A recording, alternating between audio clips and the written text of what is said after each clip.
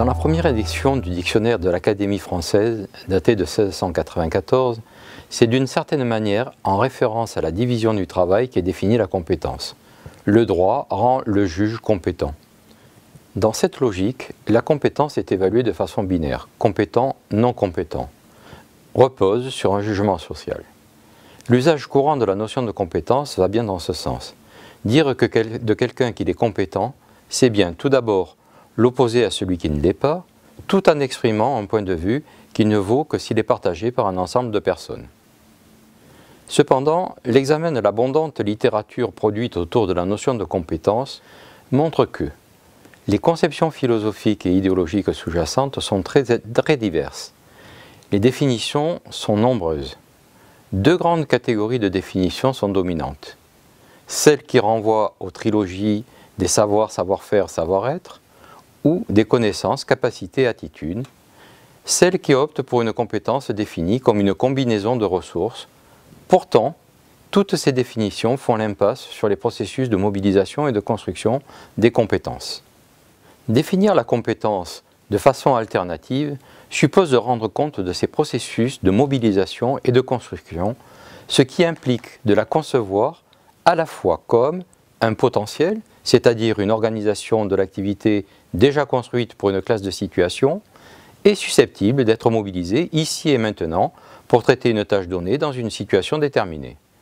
Une activité située ici et maintenant, c'est-à-dire effectivement déployée et ajustée aux caractéristiques de la situation et de la tâche, mais également en mesure de capitaliser l'expérience liée à sa mobilisation grâce à un processus de régulation dans le but de capitaliser cette expérience et faire évoluer l'organisation de cette activité vers une meilleure adaptation future aux tâches et aux situations rencontrées. D'où la définition suivante de la compétence.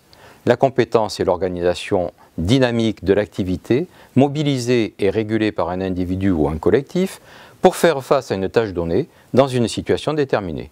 Quant aux détails des processus en jeu, il est possible de les préciser comme le fait le modèle MADEC, à travers ceux qui caractérisent un schéma d'action, versant mobilisation de la compétence, et ceux qui rendent compte des différentes formes de régulation de l'activité, versant construction de la compétence.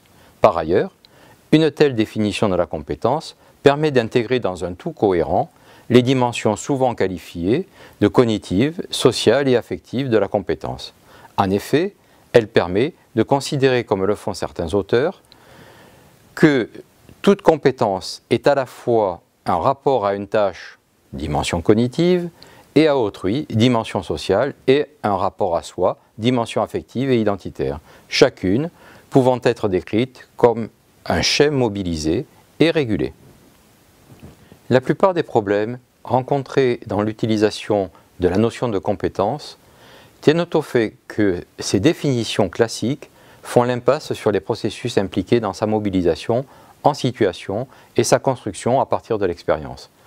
Pourtant, cette notion de compétence est cruciale pour appréhender les problématiques d'éducation et de formation, dans la mesure où elle permet, premièrement, de définir ce que sont les compétences visées par les dispositifs de formation mis en place, deuxièmement, de concevoir ces dispositifs afin qu'ils permettent le développement d'une compétence effective chez les apprenants, éventuellement de travailler avec eux sur leur formalisation pour en faire des compétences explicitées, par exemple, dans un portfolio.